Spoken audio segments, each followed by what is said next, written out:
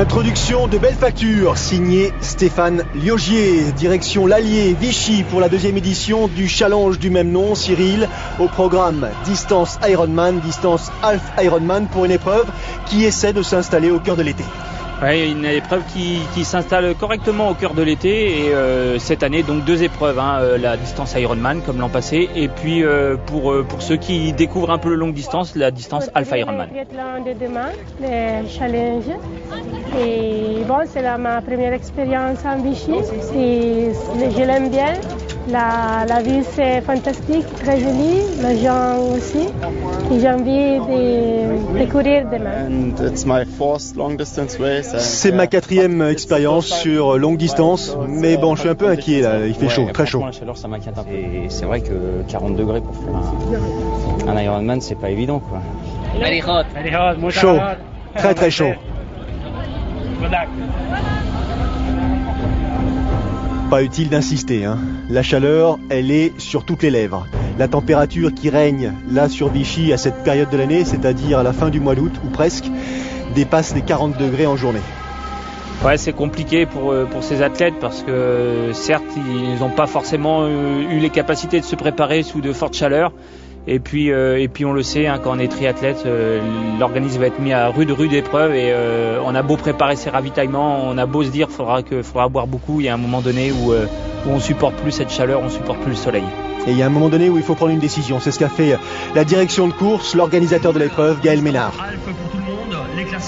Half pour tout le monde. C'est-à-dire que l'épreuve qui était prévue initialement sur distance Ironman est modifiée, réduite.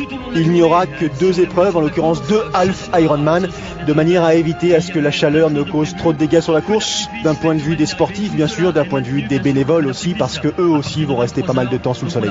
Ouais, c'est sûr que c'est une décision difficile à prendre, mais je pense qu'elle a été prise avec l'ensemble des prestataires et des organisateurs, c'est-à-dire la direction de course, mais aussi la préfecture, mais aussi les secouristes, les médecins et l'ensemble de ces acteurs ont jugé que la chaleur était trop forte pour pouvoir courir une distance Ironman. Alors l'annonce elle est faite effectivement le matin de l'épreuve.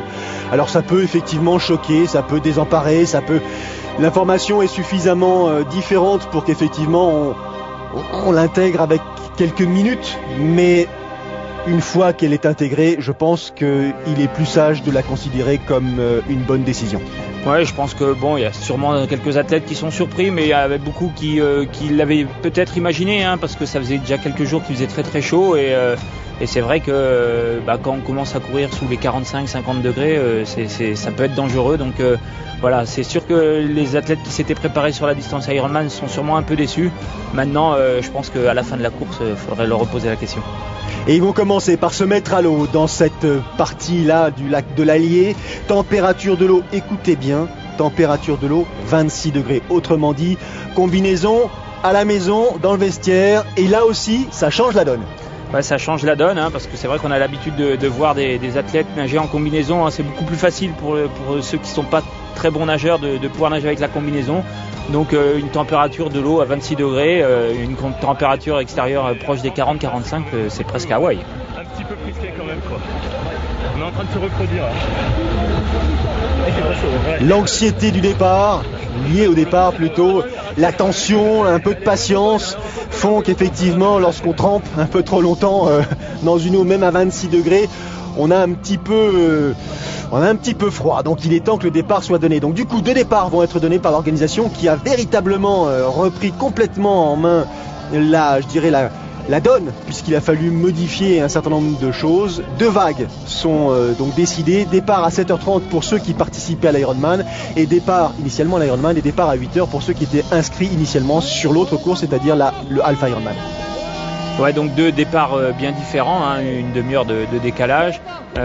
Par contre, les parcours sont les mêmes pour les deux courses, puisque la distance Ironman va se faire sur le parcours du Half Ironman. Et c'est parti donc pour cette deuxième édition du Challenge Vichy, qui avait déjà connu l'an passé, souvenons-nous de cette édition, des fortes chaleurs. Ça avait déjà surpris quelques triathlètes, amateurs et professionnels. Cette année, la chaleur a encore frappé un peu plus fort, donc encore une fois, deux courses half distance qui sont au programme. Parmi les athlètes présents, alors pas mal de pros, Stéphane Bellis, le tenant du titre, c'est bien, c'est important. Bert Bittner, l'Allemand, Scott de Philippis, l'américain du Team TBB. Il y a aussi des Français, Sylvain Rota, Anthony Pagnier, Edouard Entraigues, Brett Carter, l'Australien qu'on avait découvert chez vous il y a quelques semaines auparavant à l'Alpe d'Huez. Ça c'est pour ces messieurs. Alors chez ces dames c'est un peu plus clairsemé ou plus discret, mais il n'empêche que Carrie Lester, l'Australienne qui était à l'Alpe d'Huez, est là aussi. Martina Dogana, l'Italienne qui adore courir en France, est là également. Et puis il faudra compter sur des athlètes féminins un peu moins visibles. Sans doute une belle bagarre en perspective entre cette Italienne Martina Dogana et cette Australienne Carrie Lester. Alors une seule boucle de natation, pas de surprise, à 1900 mètres à réaliser, 1900 mètres pour l'instant, emmené par ce bonnet frappé du numéro 7 et cette combinaison noire, qui n'est autre que Brett Carter, l'Australien alias Bulldog. Ça c'est le surnom qu'il est donné par son coach. Ouais, Brett Carter qu'on a l'habitude de voir sortir devant, donc c'est vrai que c'est des athlètes qu'on a l'habitude de voir, puisqu'ils ont fait en juin-juillet un peu la tournée des Ironman en Europe, et puis fin juillet, août, voire début septembre, ils courent beaucoup sur la France pour pouvoir faire leur préparation pour ceux qui sont qualifiés à Hawaï. Alors, les premiers à sortir de l'eau, soyez attentifs parce qu'il y a des athlètes qui courent effectivement seuls et il y a des relayeurs, et en l'occurrence le premier en rouge qui sort de l'eau est un membre d'une équipe composée, l'équipe de Clara Mine, et c'est lui qui sort de l'eau devant Stéphane Bellis, devant Brett Carter qui eux vraiment concourent à titre individuel. 24 minutes pour réaliser la première partie natation. Derrière, ça s'enchaîne. Alors lui aussi, il fait partie des équipes, des différentes équipes composées pour animer donc ce challenge réservé aux équipes. Le prochain individuel, c'est Anthony Pagnier qui sort donc en 3e position. Anthony en rouge et noir, qu'on apprend à connaître, qu'on apprend à suivre. Il a fait pas mal de perfs, que ce soit à Belfort, que ce soit à Nice. Il est en train d'apprendre. Oui, il est en train d'apprendre et ça va être intéressant de le voir se mesurer à des Stéphane Bellis ou à des Scott de Philippis. Dossard numéro 3, Per Wittner. Et ça sort de l'eau. Les amateurs, 1000 concurrents au départ donc engagés sur cette double épreuve. Martina Dogana qui sort de l'eau à l'instant. Martina Dogana qui est sortie de l'eau en 31 minutes et 20 secondes, 5e position chez ces dames, et elle compte précisément 3 minutes et un peu plus, 3 minutes 05 de retard sur Carrie Lester, l'Australienne. Il y a 90 km à vélo, donc pour l'instant pas de drame. Non, pas de drame, mais faudrait pas prendre plus.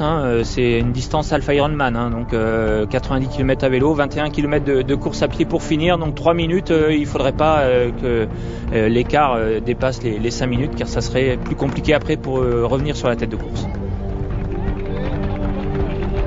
On récupère ces petites affaires, on passe sous la tente, on s'équipe pour le petit parcours vélo long de 90 km. Je dis petit parcours vélo parce que ceux qui s'étaient engagés sur la distance Ironman, bien sûr, s'étaient préparés pour disputer un parcours long de 180 km.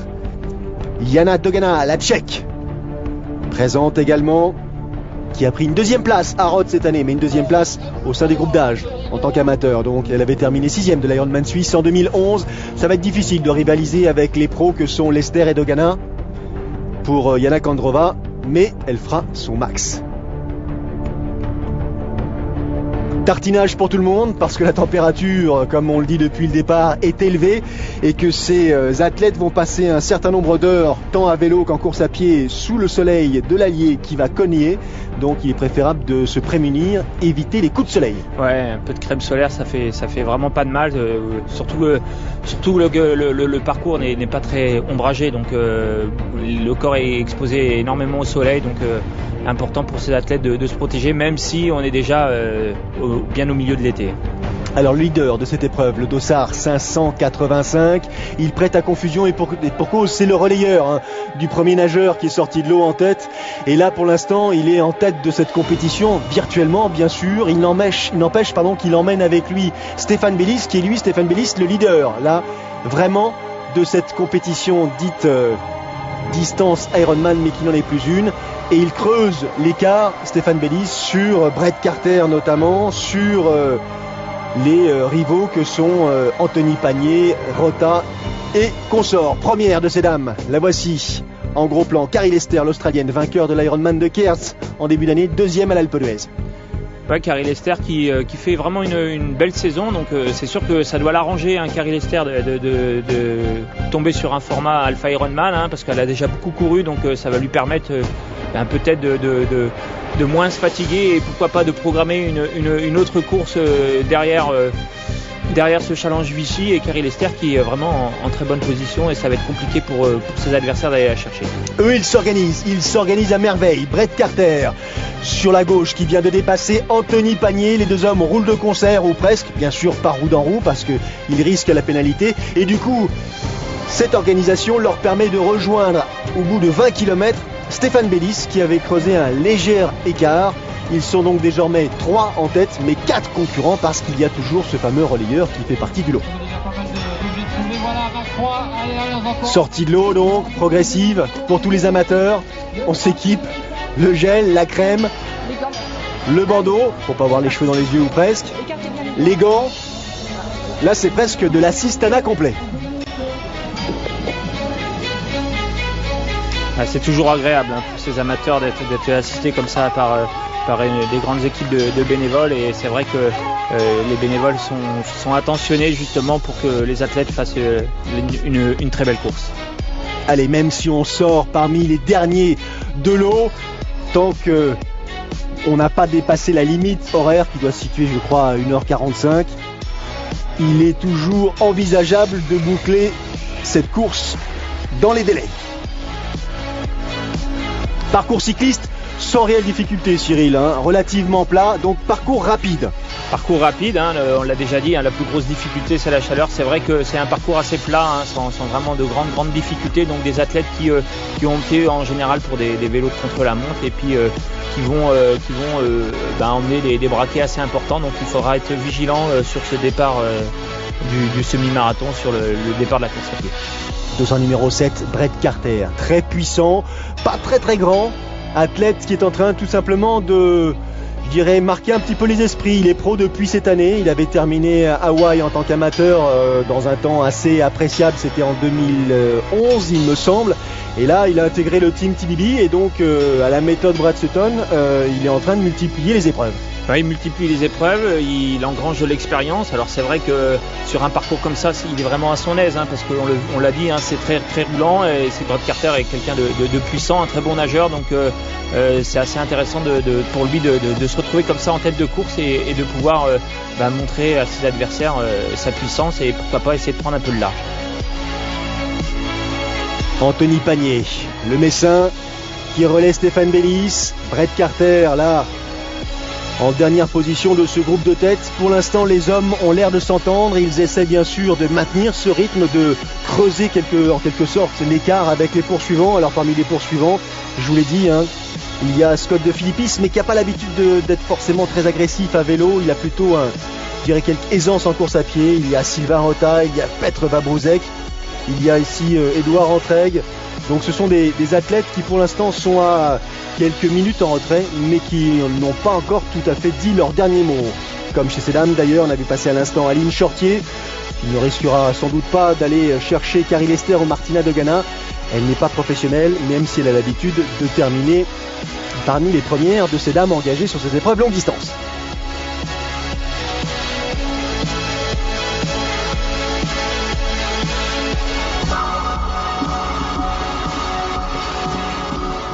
Je suis sorti dans le deuxième pack de l'eau.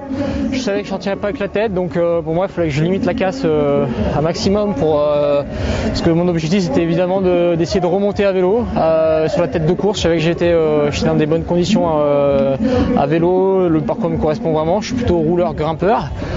Donc quand je suis sorti de l'eau, on m'a dit 1:30, 2 minutes, des fois c'était 2 minutes, une fois 1:30. Moi je ne me suis pas posé de questions, je suis parti d'entrée de jeu, on était dans un groupe pourtant de 600 à sortie de l'adaptation, mais il n'y a personne qui m'a suivi. Donc j'ai fait une chevauchée seule et je suis remonté au 50e kilomètre, j'ai fait la jonction avec la tête de course. C'est fait pour Sylvain Rota, le sapeur-pompier de Chambéry. Effectivement, il s'est extrait du groupe de poursuivants, il est revenu sur la tête de course à hauteur du 50e kilomètre. Et donc maintenant, ils sont 5 certes, mais 4 à se disputer le titre en individuel. Sylvain Rota qui a pris en début d'année une 8e place en Afrique du Sud et qui lui aussi, au gré de ses expériences, est en train de performer et de montrer le bout de son nez. Là. Ouais, c'est une bonne perf de revenir comme ça sur la tête de course quand on voit les rouleurs qu'il y a devant. Donc il a mis 50 km pour revenir. Donc maintenant il va falloir pour lui essayer de récupérer ses efforts et puis rester dans le groupe de devant, bien s'alimenter pour aborder la course à pied dans les meilleures positions. Ils vont trop vite pour moi. C'est vrai qu'ils vont trop vite. Là, on est à plus de 40, 42, 43 km/h, 44 par endroit.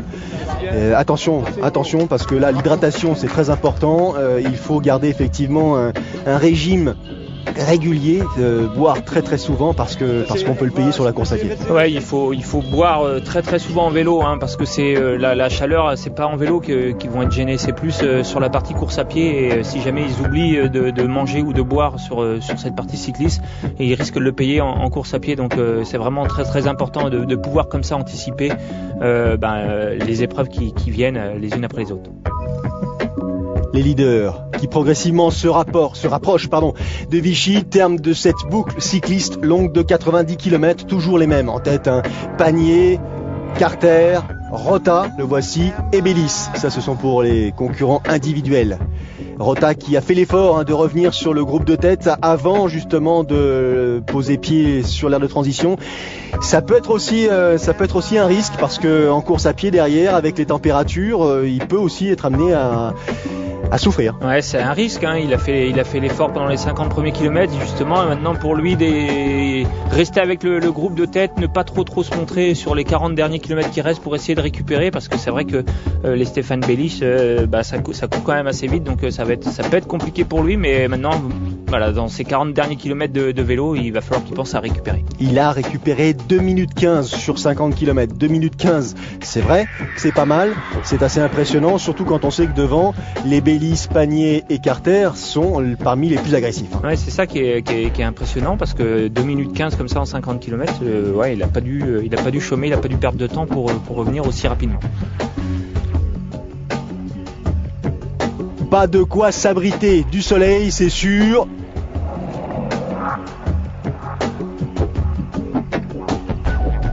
Température très élevée à l'occasion de ce deuxième challenge Vichy.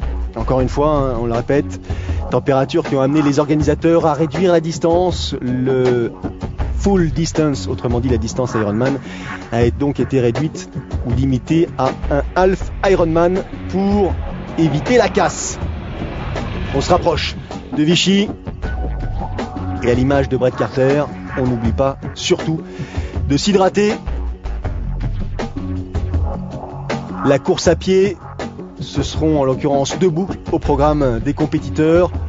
2 boucles qu'il faudra sans doute être prêt à cavaler ou du moins courir rapidement, parce que Stéphane Bellis risque lui d'imprimer un rythme soutenu dès les premiers kilomètres, d'autant qu'il est tenant du titre, il connaît bien le parcours, donc il va pouvoir jouer, Stéphane Bellis, avec l'inexpérience de ses concurrents directs. Petite pause, on respire et on les retrouve tout de suite pour la fin de l'histoire.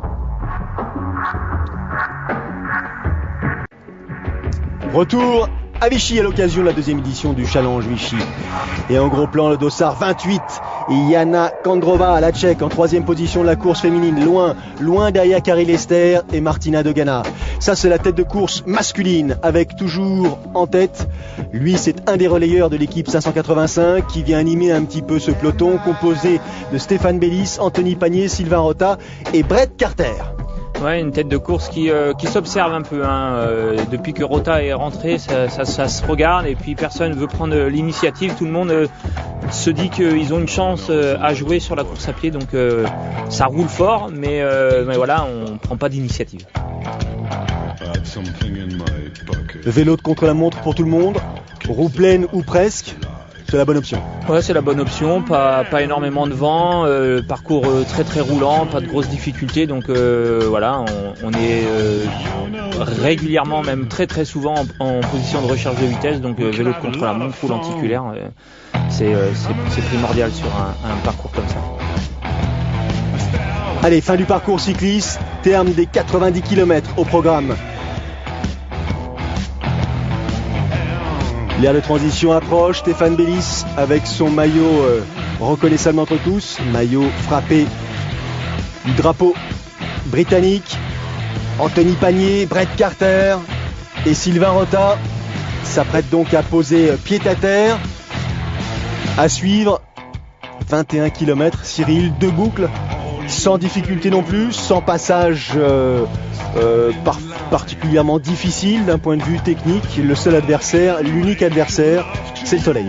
L'unique adversaire, c'est le soleil, en effet. Donc deux boucles à faire dans les parcs de Vichy. C'est plutôt une course à pied agréable, sans grande difficulté. On a vu Stéphane Bellis qui a bien géré son vélo. Il s'est parfois montré, parfois il était bien placé pour poursuivre le rythme. Donc, et puis à l'approche du parc à vélo, il est passé devant pour essayer de partir en tête en course à pied. Benjamin Pernet, lui aussi dans la course. Il arrive avec 3 minutes de retard sur le groupe de poursuivants en compagnie de Per Bietner, d'Edouard Entreg. Ça c'est l'autre groupe de poursuivants à 5 minutes 30. David Bonal, on a vu passer Andrej Listica, le croate. Vincent Frémont. Dossard 283.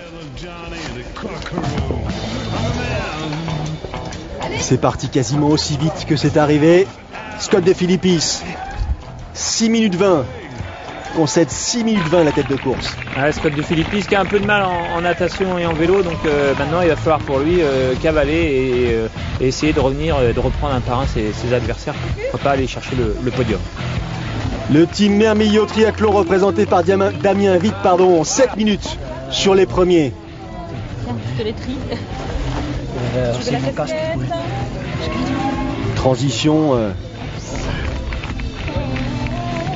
rigoureuse, inutile d'oublier quoi que ce soit. Ce ne sont pas ces quelques secondes qui vont mettre en péril, ou plutôt ce sont ces quelques secondes qui risquent de mettre en péril la suite de l'épreuve si on a oublié sa casquette, ne serait-ce que sa casquette. Fin du parcours cycliste pour la course féminine, c'est toujours Carrie Lester, l'Australienne, qui domine. Elle avait 3 minutes d'avance à la sortie de l'eau sur Martina Dogana. Là, dans Vichy, alors qu'elle en termine avec le parcours cycliste, elle a plus qu'une minute 30, 1 minute 35 d'avance sur l'Italienne. Ouais, c'est bon retour de l'Italienne et il va falloir être très vigilant pour Carrie Lester parce que l'Italienne, sa spécialité, c'est la course à pied, donc on risque d'avoir une course à suspense chez les filles entre ces deux athlètes. Pas tout à fait la même expérience sur ces formats longs pour Carrie Lester, qui même si elle a gagné l'Ironman de Cairns cette année, donc 2e place à l'Alpe d'Huez également, qui avait été remportée la longue distance de l'Alpe d'Huez par Marie-Beth Ellis. Et puis Martina Dogana, elle beaucoup plus expérimentée puisqu'à son actif elle a notamment une victoire lors de l'Ironman France en 2008, 2e place en 2011, 3e place en 2009, 5e cette année. Bref, elle a l'habitude de courir très vite puisque Martina Dogana, cette année en mois de mars, elle a pris part au marathon de Rome qu'elle a couvert en 2h51. Pas mal. C'est plutôt pas mal. Elle le sait, Carrie Lester. Faut pas tarder. Elle le sait, elle perd pas de temps à la transition, elle sait qu'elle a très peu d'avance sur Dogana qui en général nous fait des grosses courses à pied, donc là il y a le phénomène de la chaleur à gérer en plus, mais Carrie Lester elle n'a pas perdu de temps à cette transition. On vient de la voir passer, ou de l'apercevoir plutôt, Martina Dogana. Les amateurs, ceux qui ne concourent pas pour le podium, mais ceux qui vont bien sûr animer cette épreuve. Lui, il a pris l'initiative dès les premiers hectomètres. Stéphane Bellis, bien plus fort que tous les autres. Ouais, Stéphane Bellis qui est quand même un cran au-dessus, surtout que cette année on l'a vu souvent plutôt à l'aise sur ses courses, et puis il faut savoir que Vichy l'an dernier c'était un peu son épreuve de rentrée. Il avait fait 2e à Lanzarote cette année, donc Stéphane Bellis qui aime bien Vichy, qui en général c'est une course qui le relance dans sa saison, donc Stéphane Bellis qui a bien géré le vélo, on l'a dit, et qui est parti en tête en course à pied. Alors derrière bien sûr Brett Carter s'accroche, il y a Sylvain Rota, Anthony Pagnier qui vont eux aussi, je dirais presque, s'entre-déchirer pour tenter de monter sur le podium. Brett Carter à l'image là, cycliste puissant, moins à l'aise sans doute en course à pied, mais qui fait le nécessaire pour essayer de limiter la casse et sans doute aussi éviter que derrière ça ne revienne trop tôt, trop vite sur lui. Le manège dans l'attente. Et ça va chauffer. Le pire calvaire, là. 20 bornes, c'était dur. Vous étiez bien parti pourtant. Ouais, j'étais super bien. Ouais, parce que là, vous essayez la première fille. Non, j'ai pris une petite claque. Vous allez vous rattraper sur la côte. Je ne crois pas, c'est pas mon point fort. Je m'en vais. Une certaine anxiété au moment d'attaquer la course à pied. Hein. Elle le prend avec sourire, mais elle sait que ça va être dur parce que voilà, il fait très très chaud et qu'elle a déjà bien entamé Merci à vous. Son capital. son capital énergétique et elle sait ça va être dur avec cette chaleur. Fin du premier tour pour Stéphane Bellis en tête de la compétition. À cet instant précis, il compte 3 minutes d'avance sur Brett Carter, 3 minutes 20 d'avance sur Sylvain Rota. Per Bittner revient à 3,50 et Anthony Pagné, lui, glisse tout doucement à 4,25. Une autre info, Scott de Philippis qui comptait 6 minutes 20 de retard au départ de la course à pied n'est plus qu'à 5 minutes 20. Hein, 5 minutes 20, voilà, il a fait une bonne partie de son retard, Scott de Philippis, qui va essayer de pourquoi pas aller chercher ce podium. Il faut aller chercher ce podium, il lui reste un peu plus de 10 km à l'athlète américain entraîné lui aussi par Brett Sutton. 4e place à l'Alpe d'Huez cette année, 7e du Challenge Wanaka en début d'année. Où c'est compliqué. C'est compliqué pour Carrie Lester qui souffre. Derrière, c'est sans doute aussi compliqué pour Martina Dogana, n'empêche que la foulée n'est pas tout à fait la même. La foulée n'est pas la même et Martina Dogana qui sait qu'elle est en train de revenir sur Carrie Lester, donc forcément ça lui donne un peu plus d'aile, on va dire, un peu plus d'entrain et on la voit quand même sur un rythme nettement supérieur par rapport à Carrie Lester. Elles sont en train de boucler leur premier tour. Elles arrivent à hauteur donc du kilomètre 11 tout simplement, 10 et demi. Et Martina Dogana est à 62 mètres de Carrie Lester. Ouais, pourtant Carrie Lester elle s'accroche, hein, elle essaye quand même d'accélérer, elle essaye de faire douter Martina Dogana, mais ça risque quand même d'être compliqué puisque l'Italienne a remonté quasiment tout son retard dans cette première partie de course à pied. Elle avait 3 minutes de retard à la sortie de l'eau, 1:30 au début de la course à pied. Et les 1:30, elle les a gommées en l'espace de 10 km. Ouais, 10 km, donc elle a bien géré son retour, hein, Martina Dogana. Je pense que Carrie Lester pensait faire un meilleur vélo, on l'a vu à la transition un peu inquiète. Hein. Ça y est, elles sont au contact. Carrie Lester est juste devant Martina Dogana qui va bien sûr poursuivre son effort et la dépasser. Pour lui, c'est autrement. C'est autrement parce qu'il gère Stéphane Bellis. Il avait 3 minutes d'avance sur son principal rival, en l'occurrence Brett Carter à l'issue du premier tour. Et ça va entre guillemets en s'arrangeant. Donc Stéphane Bellis, avec l'expérience qui est la sienne, avec le palmarès qui est le sien, est en train tout simplement de gérer cette nouvelle victoire ici à Vichy, parce qu'il s'était imposé en 2011 et il va répéter la performance cette année. Ouais, belle perf de Stéphane Bellis, hein, on l'a vu, on l'a dit, il a bien géré, surtout cette partie cycliste où il n'a pas cherché à faire plus, hein, il a bien mené le rythme. Par moment il a profité du rythme de ses adversaires pour avancer dans la course et puis il a fait une super transition pour prendre tout de suite les choses en main dès les premiers kilomètres de course à pied. 3h59 minutes et 57 secondes.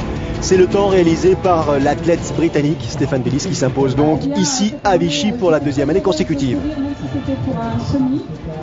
Ça ne l'a pas dérangé de passer d'une distance Ironman à une moitié de distance. Il était prêt, de toute façon il était préparé.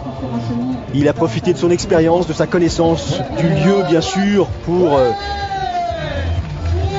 s'impose à nouveau. Petite surprise, c'est Per Bittner qui finalement prend la 2e place. C'était sa 4e expérience sur longue distance. Il pensait courir un Ironman, ce ne sera qu'un semi. Et c'est tant mieux parce que du coup, en un temps de 4h, 3 minutes et 49 secondes, il s'impose et prend la 2e place devant Scott de Philippis, dont on disait que la course à pied était redoutable. Scott de Philippis qui a fini donc par monter sur la dernière marche vacante du podium. Ouais, une belle course à pied hein, de Scott de Philippis, on l'a dit, il avait quelques soucis en natation, en vélo, et puis malgré tout il n'a pas baissé les bras et il a tout donné pour aller chercher ce podium, comme Bittner hein, d'ailleurs, hein, qui était sorti en retrait et qui est bien remonté sur la course à pied. Effectivement, parce que lui, Brett Carter, a souffert en course à pied, ça c'était inévitable. Et donc Brett Carter va prendre tout simplement la 4e place du classement individuel. Là c'est l'équipe des Chloramines qu'on a suivi depuis le début, donc le nageur, le cycliste et le coureur à pied qui en termine et donc remporte l'épreuve d'un point de vue par équipe tout simplement. Sylvain Rota qui prend la 5e place. Donc musculairement je l'ai un peu payé. Quand je suis parti à pied, j'ai rapidement eu des crampes assez violentes au niveau des quadrilles et même au niveau des ischio-jambiers. Donc pour moi c'était plus une gestion qu'autre chose. C'était un peu frustrant parce que je me sentais vraiment bien, j'avais envie d'accélérer, mais je pouvais pas allonger la foulée au risque de déclencher des crampes. Donc j'ai plutôt géré et j'ai laissé passer comme je pouvais les autres athlètes et en essayant de limiter la casse un maximum. Pour moi aujourd'hui un top 5 c'est une très belle course parce que je reviens de blessure, donc je suis content. Le parcours je le connaissais, donc c'est un parcours qui est pour les rouleurs à vélo, un parcours à pied qui est roulant aussi mais pas tellement ombragé, donc il faut prendre des précautions, mettre la casquette, bien s'hydrater. Et puis courir à une allure modérée pour pas complètement exploser. Édouard Entraigues qui en termine à son tour. Encore un peu de patience pour Sylvain Rota. La victoire c'est pour bientôt parce que la victoire ça y est, il l'a enregistrée, c'était il y a quelques jours, le week-end dernier. Au Pays de Galles, il s'est imposé lors de l'Ironman du Pays de Galles, 2e édition, donc après Jurkiewicz, un autre Français sur la première marche du podium, c'est pas mal hein. Ouais, le Pays de Galles qui est une bonne course pour les Français, hein. Je pense que l'année prochaine, il y a beaucoup de Français qui vont aller au Pays de Galles. Je suis très contente de cette compétition. Je pensais que j'avais nagé mieux, mais quand je suis sortie de l'eau, je suis que j'étais dans 5e. Et quand je suis montée dans ma vélo, j'ai eu des sensations très bonnes. Je suis allée plus vite que j'ai pu. Et les sensations ont été très très bonnes pendant toute la course en vélo. Et donc quand je suis arrivée dans la transition, on m'a dit que j'avais récupéré un peu sur la première. J'étais 2e. J'ai cherché de courir le plus fort possible. Et au kilomètre 10, j'ai pris la première. Et c'était vraiment émotionnant, amazing. Mais c'était dur parce qu'il avait encore un tour à faire. Et donc j'ai pu, la part la plus belle, c'était le dernier kilomètre avec le public, la gens, et c'était très joli. Mais j'aimais beaucoup le parcours de natation, aussi le vélo, parce qu'il y avait beaucoup de villes, petites villes, de villages. Il y avait beaucoup de gens animaux support. Et c'était très bon parce que quand on est fatigué, on nécessite le support du public, de l'agent, et c'était très très joli. Et aussi dans la course à pied, il y avait beaucoup de personnes, beaucoup de gens, ils m'ont supporté beaucoup. Je suis vraiment très contente et je veux remercier aussi les volontaires parce que chaque aid station, chaque avituallement, il y avait beaucoup et ils sont très amables. Et ben voilà, ça c'est dit, c'est clairement dit, sans la disponibilité, la gentillesse et le soutien de ce public et de ces bénévoles, effectivement certains ne franchiraient pas cette ligne. 2e place pour Carrie Lester qui termine derrière Martina Dogana, donc à 1 minute 30. L'Australienne qui monte sur la 2e marche du podium. 3e place pour la Tchèque, Jana Kandrova à 22 minutes de la première. Ouais, donc il y a une belle bagarre entre les deux. Derrière, c'est un peu plus loin. Carrie Lester qui a perdu 1:30 au premier tour, 1:30 au second. Donc voilà, bien calculé pour Martina Dogana. Et on l'a vu, hein, dès les premiers kilomètres vélo, elle était vraiment en jambes pour aller chercher cette victoire. Si on avait fait l'Ironman, je sais pas où j'en serais, très honnêtement. Ils ont fait une bonne décision. Ça, je vois pas en fait. Là, c'est sûr que quand il fait 50 degrés au soleil, on se dit finalement ce qu'ils ont fait les organisateurs, c'est sympa. Ouais, c'est vrai que voilà, la décision était sage, hein, elle était collective entre les différents organisateurs et prestataires, on l'a dit, la sécurité notamment. Et c'est vrai que pour ces athlètes, ça évite justement d'aller de puiser trop dans ces réserves et puis pourquoi pas programmer une course supplémentaire en fin de saison.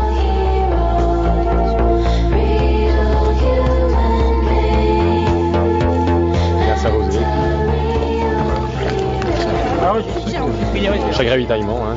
Eau, coca, banane. Trop chaud. C'est good. Ah, c'est bon. Ça fait du bien. Vive l'eau.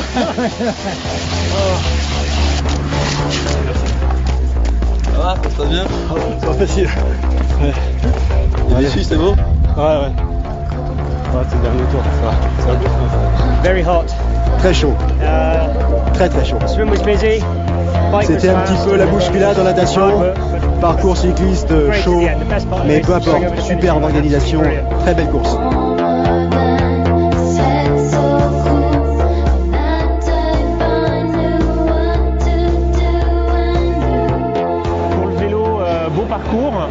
Parcours assez roulant, donc ça c'est bien, surtout moi je voulais faire mon premier Ironman ici, donc c'est assez sympa parce que c'est mon point faible, le vélo, avec des beaux paysages, des belles lignes droites, forcément un beau soleil aussi, les Varavito étaient bien placés, donc ça c'était bien.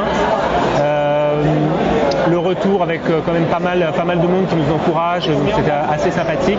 Assez de zones d'ombre aussi, donc malgré la chaleur qui était quand même assez omniprésente et les ravitaillements qui étaient aussi assez bien placés, on a pu bien s'hydrater et finir la course, quoi. Place à la récupération dès lors que la ligne d'arrivée est franchie, que la course est terminée. Alors je suis pas sûr que la boisson au houblon soit vraiment la bonne boisson là, ingurgitée après l'arrivée, mais n'empêche que ça rafraîchit.